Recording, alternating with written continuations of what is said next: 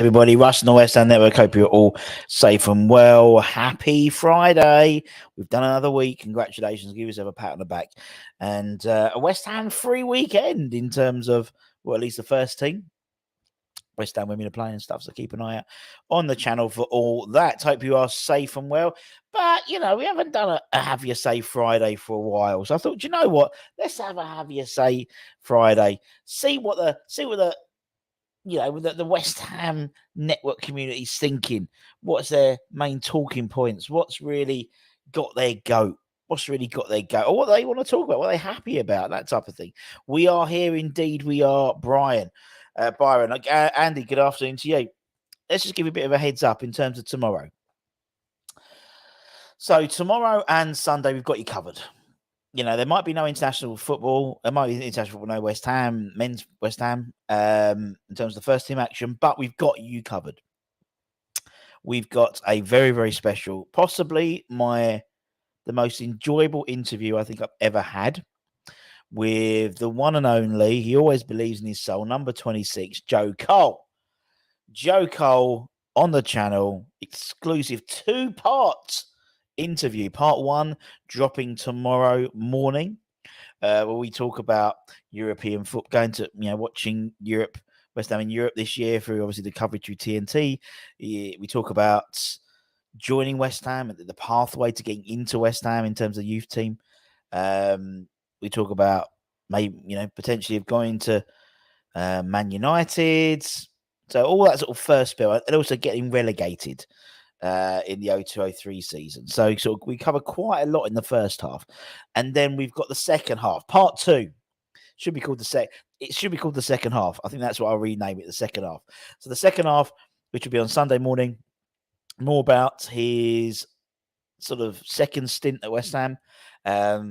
And beyond, talking about management. Does he want to get into management? What's it like to play for England? What's it like to be called up for England first time? And also his Hammers 11, which he takes a lot of time. He takes a lot of time, does old Joe. And we'll put a little clip at the end anyway to give you guys a bit of a flavour in terms of the stuff in preparation for the England game. We obviously got England tonight. Jared Bowen, could he get some minutes? Potentially. I think he could get more likely to get minutes tonight than I think he is later on in the week. Just my opinion. Surreal Frame, hope you well. Good afternoon, fellow chatters. Boring international break again. We'll try to keep you interested, engaged, Peter, particularly with Joe Cole. How can you not be engaged by listening to a man who captained the side, who won Hammer of the Year in 2003, the season we went down, who came back and played again? I think 180-something appearances for the club. Joined when he was, 11. Signed on the pitch when he was 16 at the Chelsea game. It's a very good, very good episode. And as I said, he takes a lot of time. It takes a lot of time going through his Miami's 11. Lovely fella, Joe, and a great player for us. And he still does. He does love West Ham. He has 2 loves. Let's be honest. He has 2 loves. He actually has 3. He has 3 loves: West Ham, Chelsea, and Lille. Those are the 3 clubs he enjoyed playing for the most, and I think he still has an affinity with Lille. Obviously, Chelsea, many years at Chelsea and at West Ham as well. He talks about, particularly the second episode, coming back home, and he wanted to come back to West Ham, and he felt like he had unfinished business, particularly as the way it left in terms of being sort of relegated and stuff. So, yes, he has an affinity for for Chelsea, but clearly has an affinity for West Ham. And anyone who's watched him doing the European games on TNT with Carlton Cole, you can't hide that. So that's for me. That's for me. He doesn't actually say specifically who he supports, but he has there's clearly a very strong affinity with West Ham. Obviously, it was West Ham that gave him, the start in life, and it's obviously Chelsea's formative years. Doesn't speak very highly about his time at at Liverpool or Arsenal, but he did speak very highly about his time at Lille, surprisingly, and I think he would have probably stayed out there by the sounds of it. Another scandal of Italian football, not surprised, involved betting indeed. Nicola Zaniola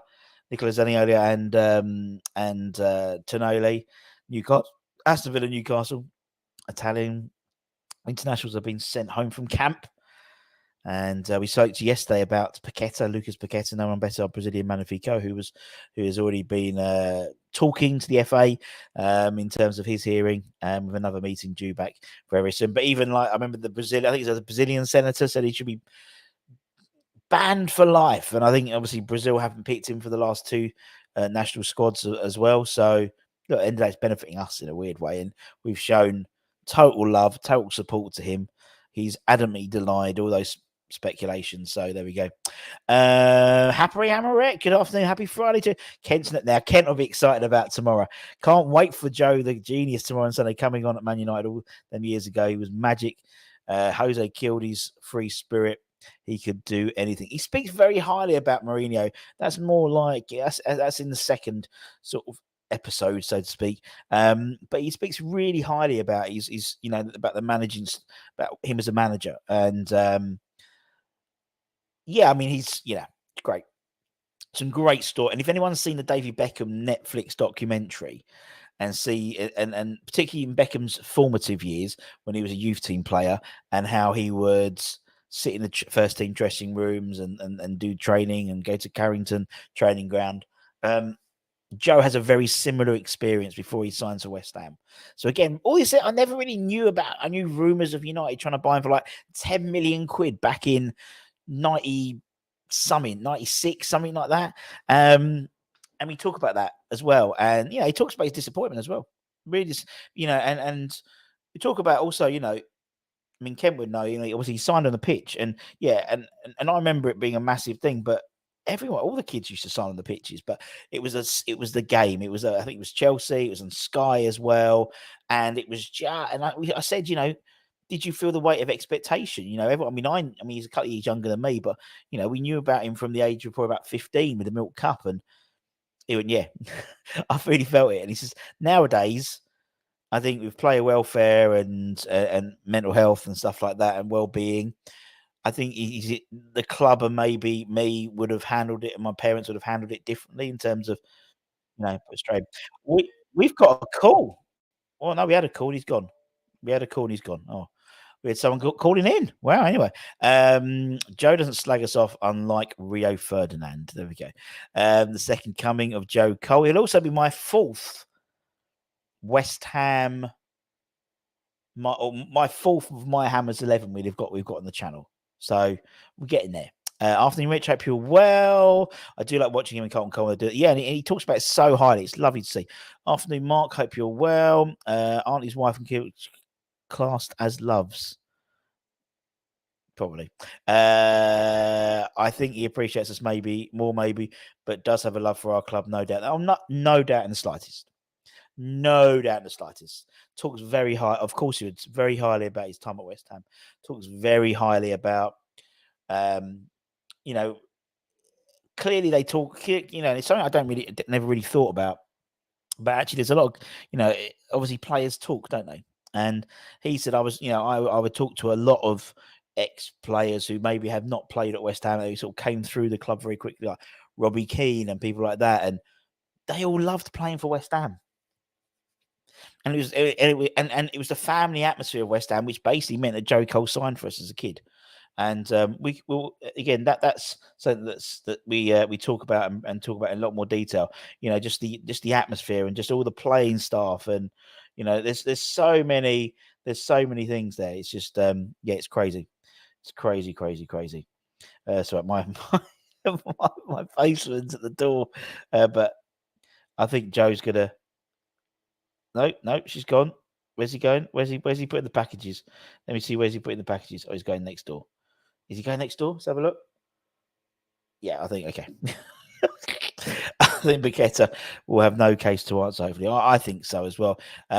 Rio's turned out to be a numpty of a pundit. Doesn't really do, I mean, I see Joe as a really good pundit. Strange that Brazil haven't won since they suspended him.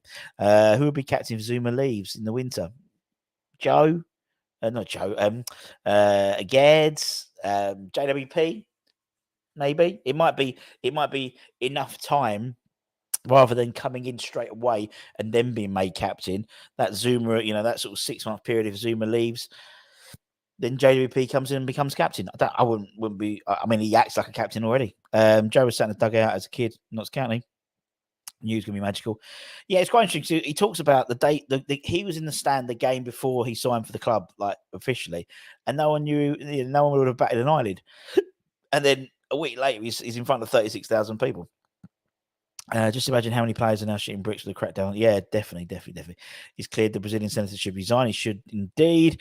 Was at the match when he signed the centre picture and the announcer saying felt that he must be a lot of pressure for a 16-year-old, but he handled it well. Yeah, I think he did. I think on face value, I think he definitely internalised a lot of it.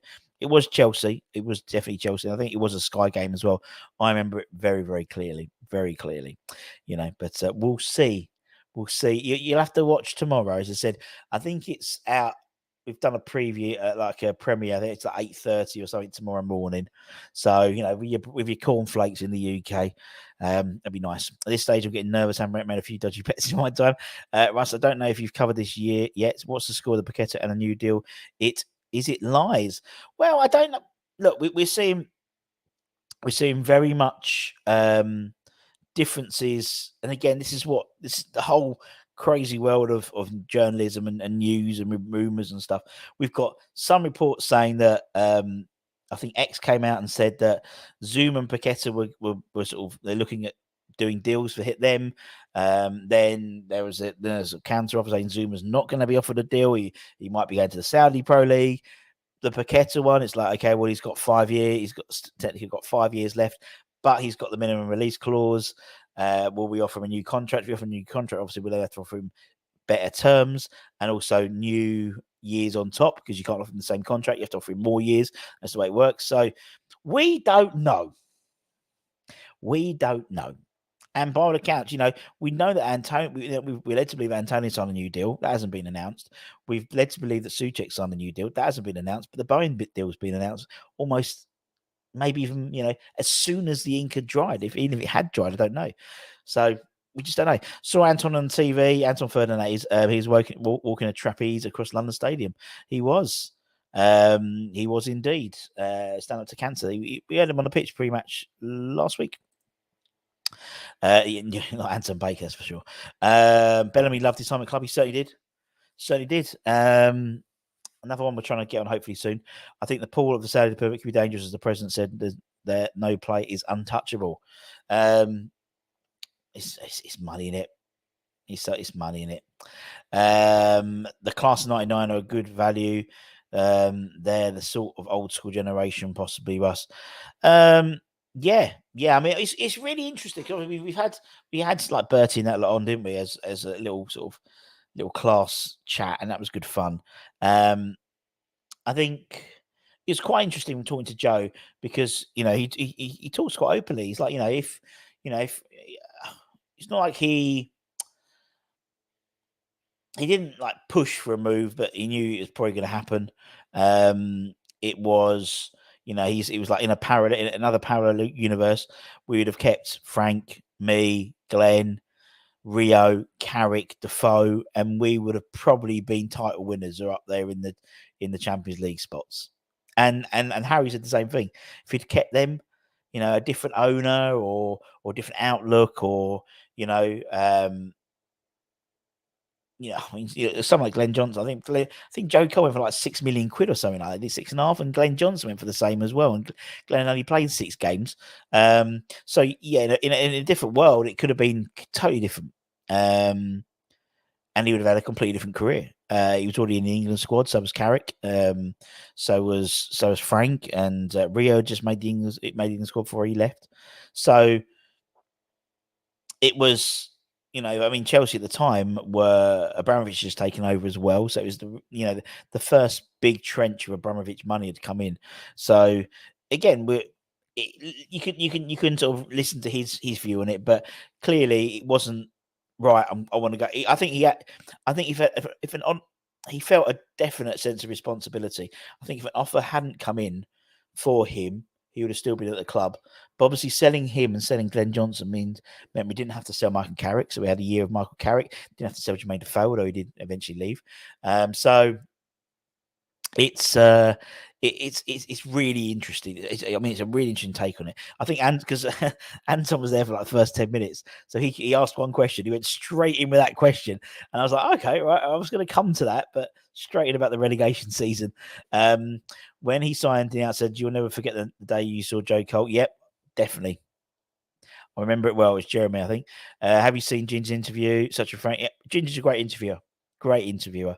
And actually, it was a really cool thing because it's part of it's quite unusual in those player nights that you record them. In all honesty, because usually they sort of let their hair down a little bit. Well, I know Ginger's bald, but you know what I mean. They let their hair down, let their guard down a little bit. So a few more Effies and Jeffies, which there was in that interview. So you get that sense. So fair play to them to get to get it all sorted, so they could because obviously it was part of a night, wasn't it? And to get the night recorded. So yeah, fair play. Are the owners sitting back to see how the season unfolds? We'll talk of a new deal. Will this end for Tag? I don't know, Peter. I don't know. I think that the whole idea, what they always do is they wait for the end of the year. They never, Sally never seems to put a manager's contract at the beginning, like sort of rolls it on. It's always wait to the end of the year and then see. And they'll have their end of year summary and see what happens. I think if he is offered a new deal, as I've said before, he's had a good season. And I think if he won't get offered a new deal if you had a mediocre season. Not with the amount of money we've invested in the last 2 years. We've invested. I know we've sold players, but say 180, say 120. We spent 300 million pounds in the last two summer transfer windows. Plus Ing, so 325 million roughly all in the last sort of couple of years. If we finish outside of European places or not a decent cup run or don't get to a final, then I don't think he's offered a new deal. I think if we get back into Europe, say we get top 8, or we win a cup, then I think he could well be offered a new deal. But he's not going to get it for the sake of it. Do you know what I mean? Not with Tim Steiner there and not with Mark there now. The process is in place. It's and the players we've bought in now are adaptable to then if a new manager comes in next season, we don't have to sell them and bring everyone else in again. We can change the style, and they're all very progressive players. So we lost Audi. We lost Arnie to China. So who will we lose to Saudi? Who's a money grabber? Don't think money grabber, but I think I generally. Oh, someone came in and they went. Genuinely, I think that we will get someone like. I think we'll get. Not so. I think it's difficult. I mean, I think it's more likely to be Zuma than Aged. One of them, I think, will probably go to the Saudi Pro League in January. Personally, I think it's more likely to be Zuma. The reason for that is he's the warmer climate, less maybe complicated, maybe a tougher league might benefit his knees a little bit more. Whereas I think Aged still got a lot to offer. Zuma's done it. Zuma's done it in the Premier League. He's won titles. He's won. He's won stuff. Has he won a title? Yeah, probably.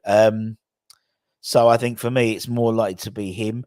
But then again, they're both things. They're both Muslim-based players as well, so they're going to come with a decent number attached to them because they have inflated value if they're Muslim-based because they're going into a Muslim-based country. So, yeah, I think one of them, or maybe Rama, maybe as well.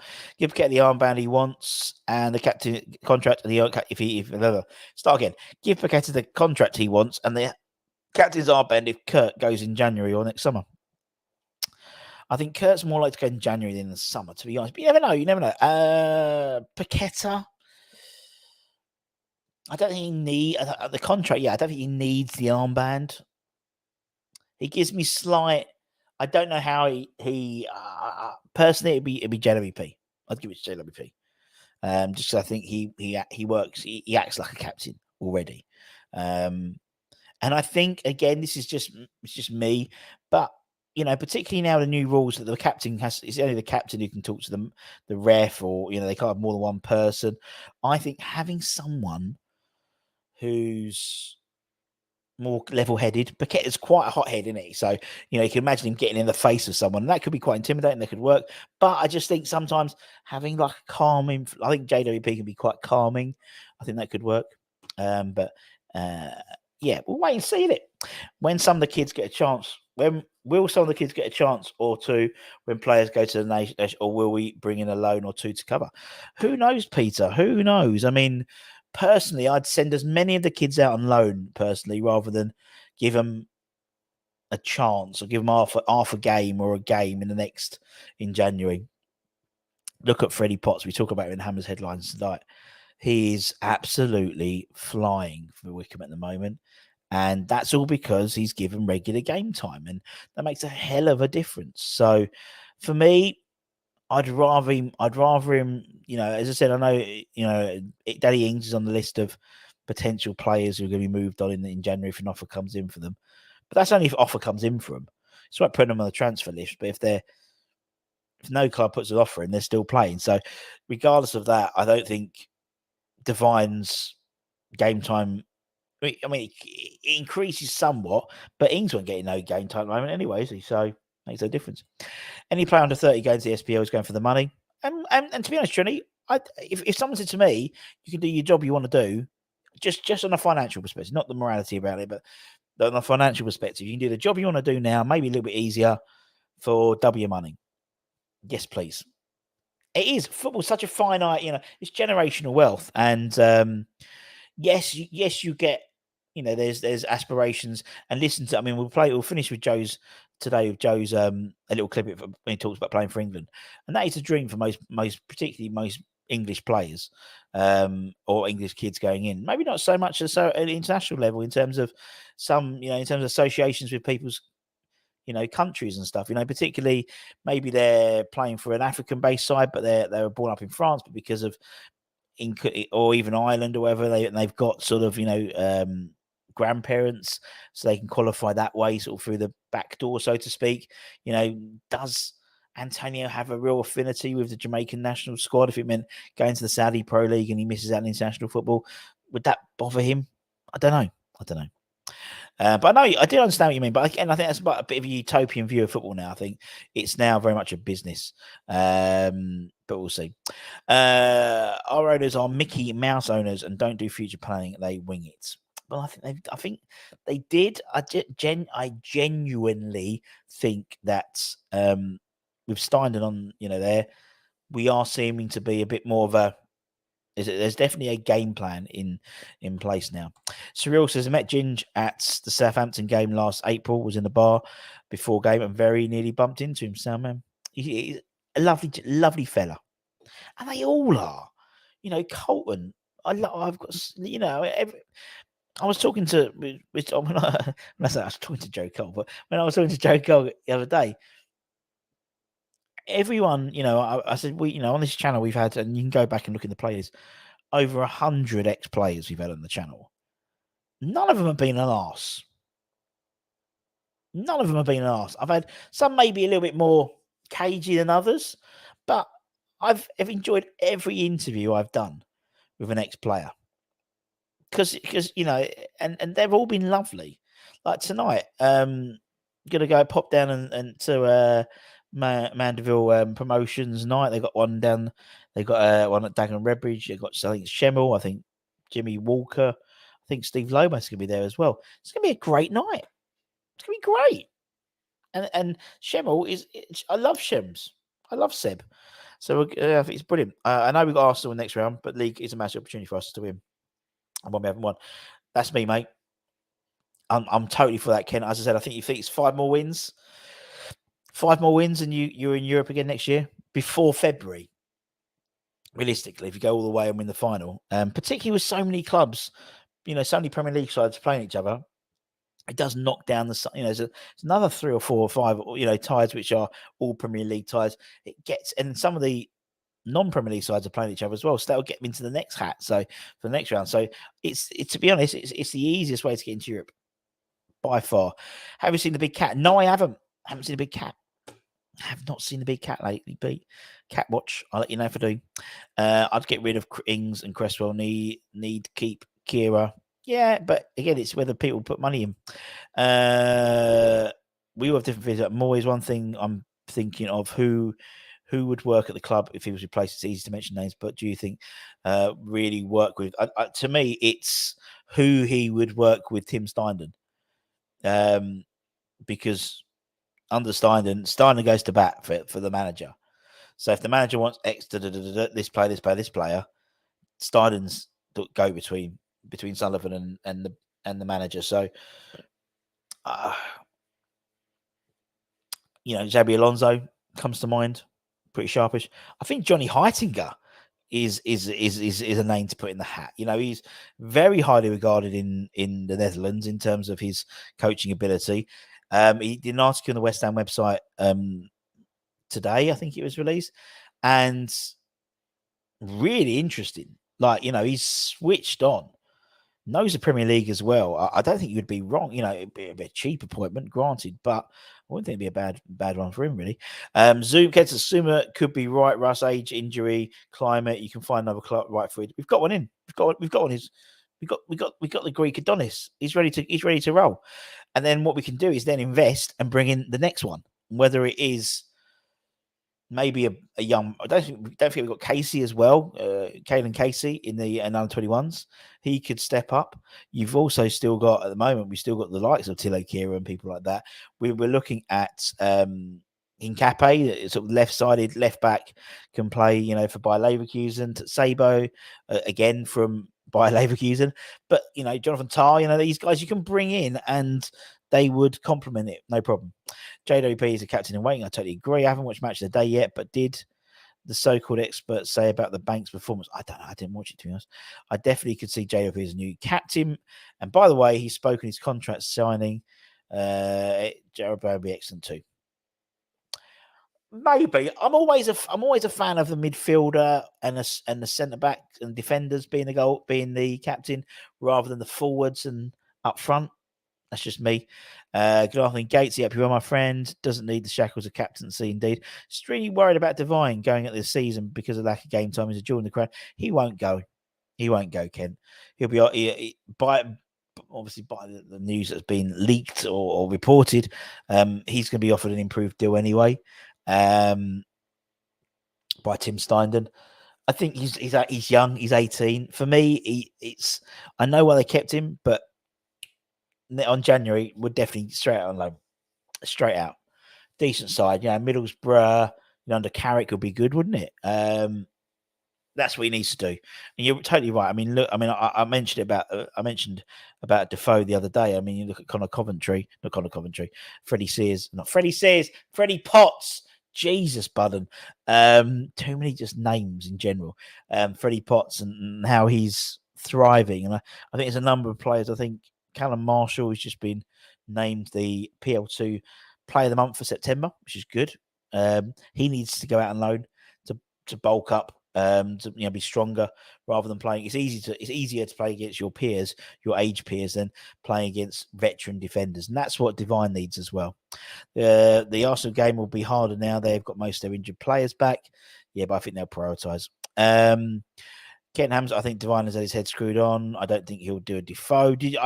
Someone put a picture of a video of Alexis Sanchez after the Arsenal game, and a young Devine, who was one of the ball boys, was asking for a selfie. Very funny. I retweeted it. I'm also concerned Devine could be a Sonny Perkins. And then again, I'm concerned Joe's.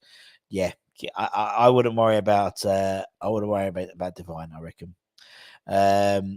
I don't think it should be a burden. I thought we should speak. He spoke with great pride and passion. We've got an ex-player interview in the pipeline. Good on your son. Good on you, Gatesy. Is it as good as this man, though? This man is on the channel tomorrow. Tomorrow, part 1, part 2 on Sunday. Joe Cole always believes in his soul. And we've got some crackers, and that's another one's good lined up as well. I don't get the bitterness of Rice. I'll say his name. I've got no hard feelings. Don't want to be salty. Don't be salty, you lot. The nonsense about Bowen leaving was just about that. Absolute nonsense being fed by the media. I don't think it was, Matt. I don't think it was. There was definitely some frustration in the contract negotiation process. The fact it's taken 18 months or something like that for it to come through. The fact it's basically, I mean, there was, I think it was, the report said that, one report said that Sullivan did it personally. Like he brought Bowen to his house like last Tuesday, and they just did it then, which is a bit strange. But I personally, is my, and again, there's no ITK or any news or stories have been given about it. I think there's a gentleman's agreement that if a club comes in, like they do with David Beckham, what is going on with me today with Declan Rice? If a club comes in and offers it's not official, but it's not is a gentleman's agreement, and that might never happen. It might never come in, but we don't know. Russ, you said the other day you hate the beard. Time to shave off. Yeah, I haven't. To be honest, Pete, I haven't had time. It's ridiculous, but I haven't had time. Cool. I'm cool with Deck, but I understand why others aren't. I've had bitterness towards him, Toby. We've just moved on. Get Xabi Alonso in. Next manager, a German, Julian Nagelsmann. I don't think he got on very well with Steindon, to be honest. Same here about Rice. I just enjoyed him. I enjoy calling him a turncoat because he left Ireland. That being said, Suchek has been more successful than Rice since he left. So much so that he's had people scouting him on the international break. But Hammer's headlines tell you all about that. I thought Alonso was going Real Madrid. Well, he's been touted. Apparently, there's in his contract he can go relatively cheap for. I think he's any of his clubs he's played for or something like that. I was reading the other day. Don't think Dorothy is ever getting first team games at Oxford on loan from Leeds. Although he's, I think, older. I think Ashby's getting a couple of games of Swansea in it. Ajax fans weren't keen on Heitinga staying on, but Ajax look like a mess as well. Indeed, I mean they haven't won a game since Kudus left. He used to be Muller Rice, but now he's just plain Rice. Toby, I kind of understand the saltiness towards Declan Rice. Didn't help himself when he left. Said stuff that didn't need saying, but no grudge. But not in fairness, not interested in his future. And it's the same as me. Honestly, I was gutted that he left. And then I was thinking, oh my God, what are we going to do? And then it's like, actually, we're okay and we're probably better off without him. And then it was just unfollowed him on all my social media because it's like, well, what's the point? Why am I following someone who's not playing at West Ham anymore now? And to be honest, it seems to be have worked. I mean, my friend's an Arsenal fan at work, and he says, "Oh, he was good today," or he's a good game, that type of thing. So same as any other player. But the fact of the matter is, in the history books, it will say that he is one of only 3 West Ham managers, West Ham captains, who have lifted silverware with the club. So he'll always be part of West Ham. He won the Hammers of the Year 3 years, I think, in his time here. Not many other players. Scott Parker, Billy Bonds, Trevor Brookie, Bobby Moore, those types of players. Julian, I think, won it 3 times. So he's part of the fabric. He'll always be part of the fabric of history. I rewatched his interview he did on the pitch with Joe and Colton before I had Joe on the channel. So it was, just a bit weird. He was like, oh yeah, he played for us, didn't he? Maybe he's got other fans to please now, and Alvarez is going to boss him when we smash. I don't think he'll play. I don't think. Back to work, but you still have me. It's very good. Blimey, Defoe has been very active off the pitch since retirement from football. He always has been. I meant Defoe went on loan, but that Divine would leave him in a way Jermaine did. We know what you meant. What about Will Steele? It's all gone quiet, isn't it? About Will Steele now. Now he's got his badges, isn't he? I mean, whoever come. I mean, in the day, David Moyes is still in charge, and the way it's, and that's the way it's going to be until we get to summer, really. And as I said, it's a double-edged sword, I think, in terms of. I know Gons did a video today about does he need one more year? We'll give him another year. That doesn't really, to me, that would put us in the same situation we've been in now. If he's offered a new deal, it has to be a long-term deal. But I don't think I don't think he will be, unless he's had a hell of a season. Unless he's had a really good positive season, then yes. But with someone, but then again, you look at the whole Bowen situation and the fact that Bowen has been off, has got 7-year contracts now.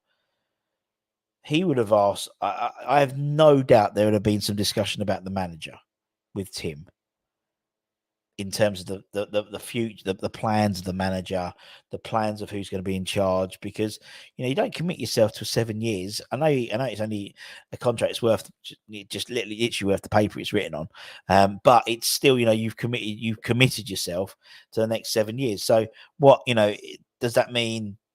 Another 3 years of Moyes and then a new manager for his second half of that contract, or does it mean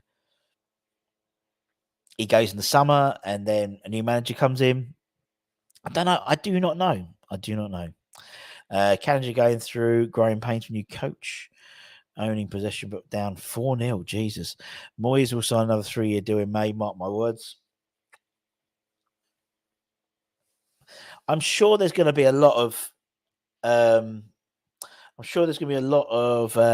just chatter about that soon.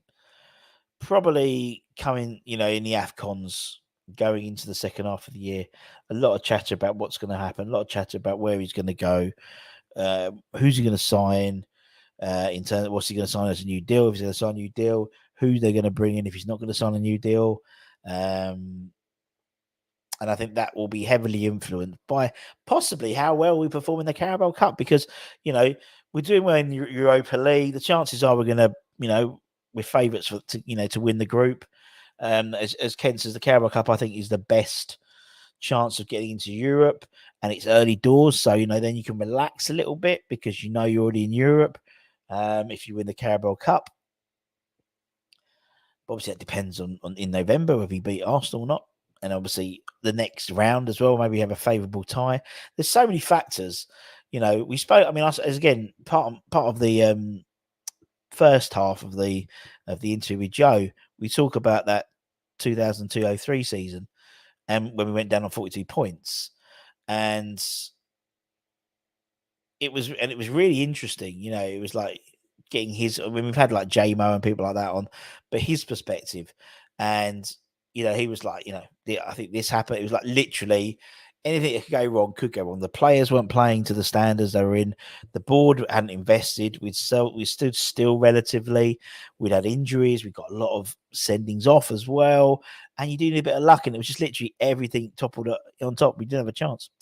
I wonder if Will still doesn't have the experience to hold off meddling with Sullivan. But don't forget now, Joe, any manager that comes in now, he reports to the director of football. He doesn't report to Sullivan. So, Tim Steiner reports to Sullivan. There's an extra level there now. So I think you can get younger managers, maybe less likely to be yes men, journeymen, more progressive managers. They can come in now and not feel like they're going to be hamstrung because we've got a system in place now. Because I think Steiner's one of those people who, if he doesn't get what he wants as well, he'd walk. No problem at all. I've been laid off from Wilkins and Vabel. Oh, sorry to hear that, mate. Don't forget to check out the Hammers for Work Facebook and Twitter group. They always can help out, mate. They always can put your CV around and stuff like that. Sorry to hear that. I'm looking forward to watching my beloved island get destroyed by Greece. Panos. Great interview with new coach Heitinga. He is indeed very good.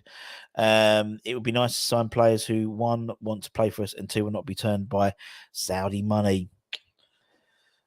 I think it's just money in general, Trini. I think, because City would double your money anyway, usually. So, although what's interesting, you look at the Bowen situation, by all accounts, we're still, we sold in terms of what he signed for money wise, relatively cheap in sort of footballing Premier League terms, plus also within our wage structure, which again is to have done that.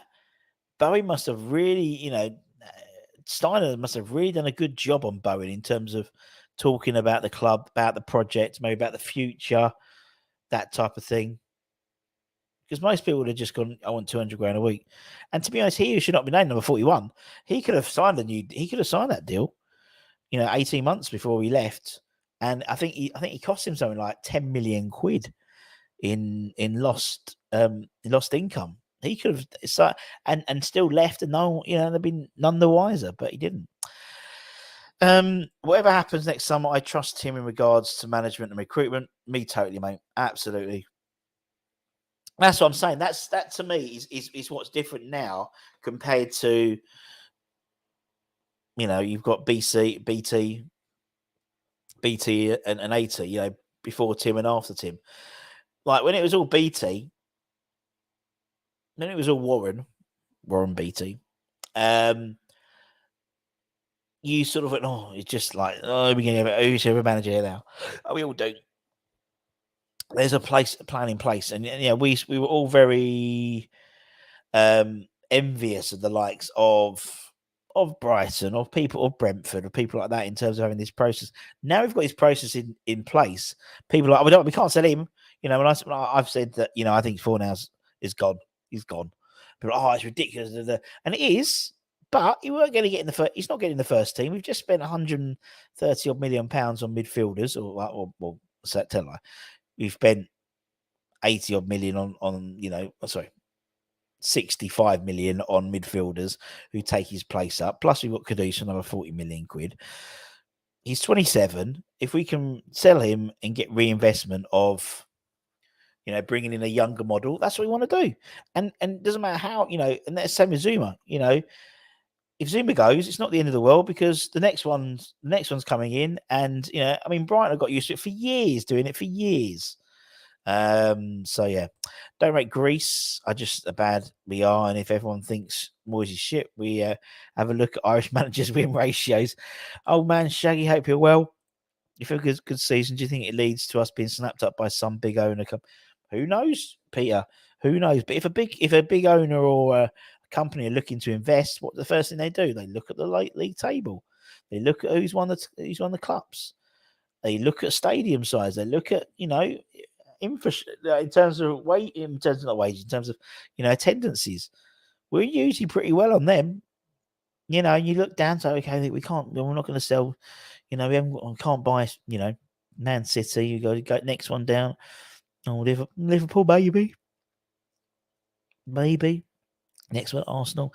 And they're sort of settled at the moment. Then you go Spurs and maybe Spurs. And there's but it might be a bit expensive. They still got all that debt to pay off the stadium. And you're going down Chelsea. No, Todd's got them. And Newcastle, no, this. No, they're owned by the Saudis. And you sort of going down. And we're probably one of, I'd say us. I still think, us. I mean, in theory, we've got no debt really because we don't own nothing. So we've got no debt, which is again could be part of the issue. We don't own the stadium. So there'll be investment needed in that. But who knows, Tim? Who knows, Peter, rather? We never know, mate. Tim, Sonny, totally agreed.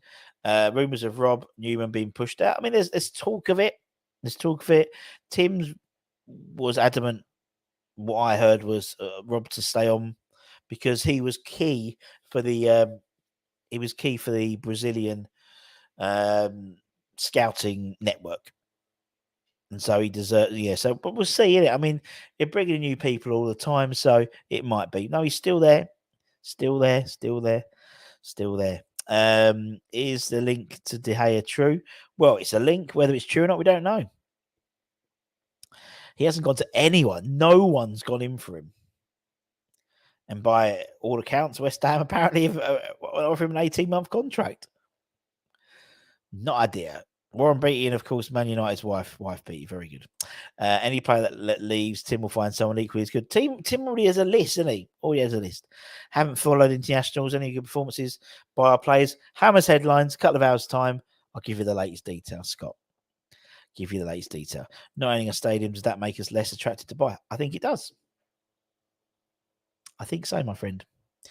Because that needs to go, because, that is either a renegotiation with LLDC in terms of us we've got the 99-year lease on that, haven't we, really? But you would assume anyone coming in to own the club the first thing they would do is stadium, is a permanent home.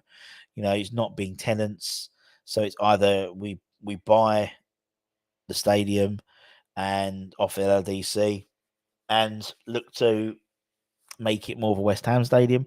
Obviously, still run the events, run the concerts and stuff like that, because that's money revenue. Taylor Swift, she's playing at Anfield and Wembley, and you still want to do that because that's still money coming in, particularly during during the off season.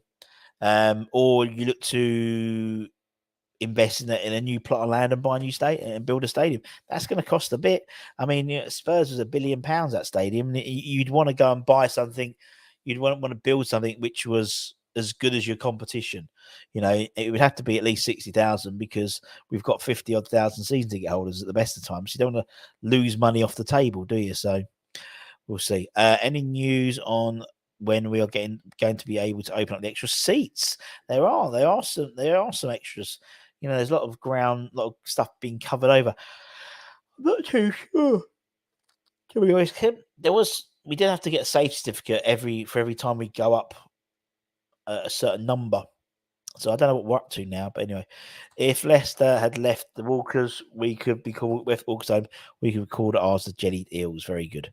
We need to buy the stadium, a place to call our home. I mean, that's what you would do. Is if it was like a similar type of ownership from the outside, just looking at the outside in of Newcastle, for example. I mean, I think they've done quite well in terms of managing the fan base when they bought the club. So how to get the fan base straight on side is you buy the stadium and you turn it into a West Ham stadium, or you go and buy a plot of land around the area and build a stadium.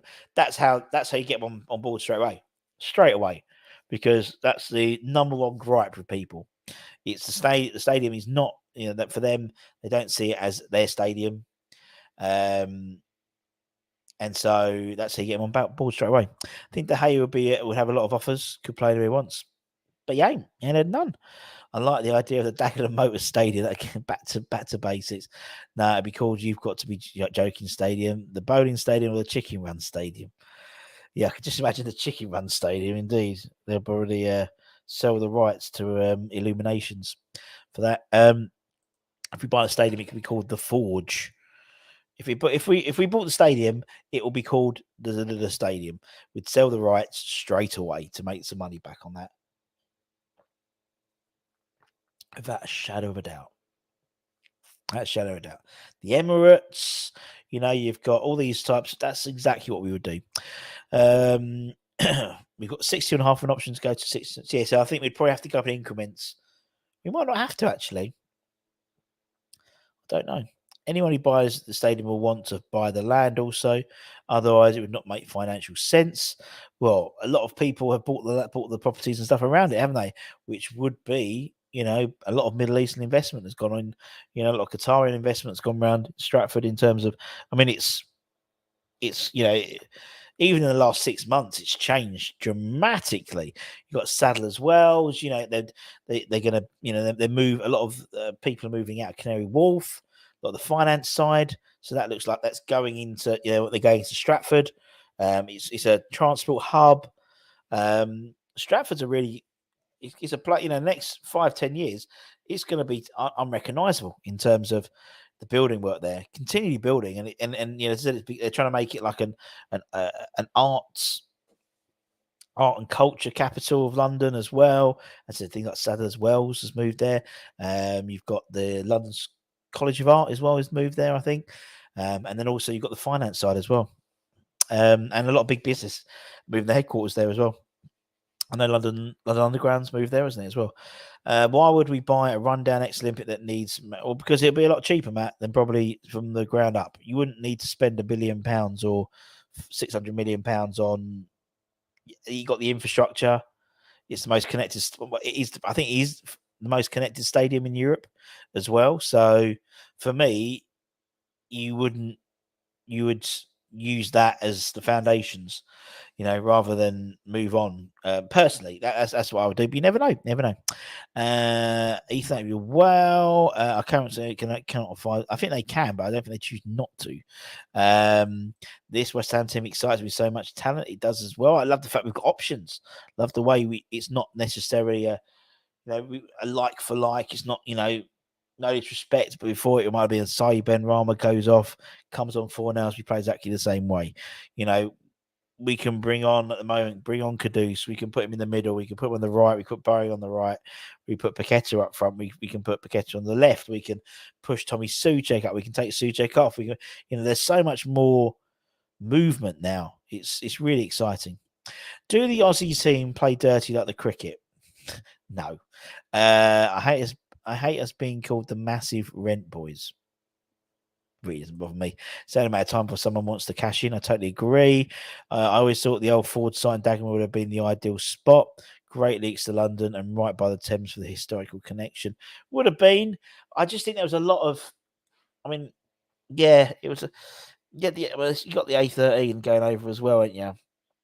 He's a bit in the arse end, though. Really. I know there are good links now, but not as good links as Stratford. I mean, you can get, into Stratford International as well, and you got the bullet in from King's Cross. It's people forget.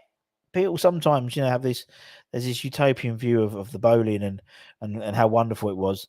If that district line was down, you're fucked, mate, in terms of getting home. Absolutely. And queuing up queuing for hours to go on that one train. Or if not, if that station was shut, the long trudge back to Barking station and things like that.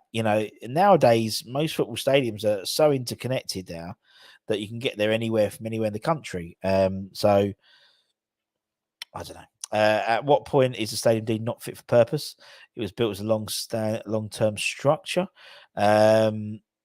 He might call the stadium his bouncy castle after his girlfriend. Watching Paqueta play on the left. I think to be honest, that is literally just to get him on a team sheet. Don't play left, though, does he? Maybe the land is worth more than the building. Yeah, most definitely. What striker do you think we need? We need basically a striker that looks like Mikel Antonio, but younger. Sergio Garassi from Stuttgart. That's who we need. One who scores 25 goals. I think everyone wants one who scores 25 goals. 68. I thought we couldn't go above because of the safety reasons. Yeah, I think you're right. I think we could, not the moment, not safety reasons, but don't we have to get different? We have to go up in increments. So we go to. We have to go. We're 62.5. Then I think we can go to 65, and then I think we can then go to 68. I think. I don't know. Yes, he could. He is basically a younger version of Mikel Antonio who knows how to put it in the back of the net. He's absolutely on fire at the moment. On fire. I think he scored twice as many goals as Freiburg have scored all season in the Bundesliga. So he's a top talent. But the thing is, he's 27. He has been a relatively late bloomer. But then so was the guy we were going to sign from Werder Bremen. Was it Werder Bremen? And he went to Dortmund. And he actually recently said in an interview that West Ham did offer him. And he was like 30. I can't believe his name. He's just gone. Just noticed Russ 20. Oh yeah, over 22,000 silly people subscribe to our channel. Yes, thank you very, very much. On the road to 30k, as Anton keeps saying it. But anyway, ladies and gentlemen, I'm gonna have to go. Gonna do some work, unfortunately. But we have got Hammer's headlines coming up. We'll talk about the international break. We'll talk about Thomas Soucek and people who were looking at him, scouting him at the international game for the Czech Republic. It wasn't a great game for him, so probably won't be going to that place, but we'll see. Talk about Freddie Potts as well and how he's impressing in his loan spell at Wickham. And then, as I said, tomorrow for the first half of Joe Cole interview will be about 8.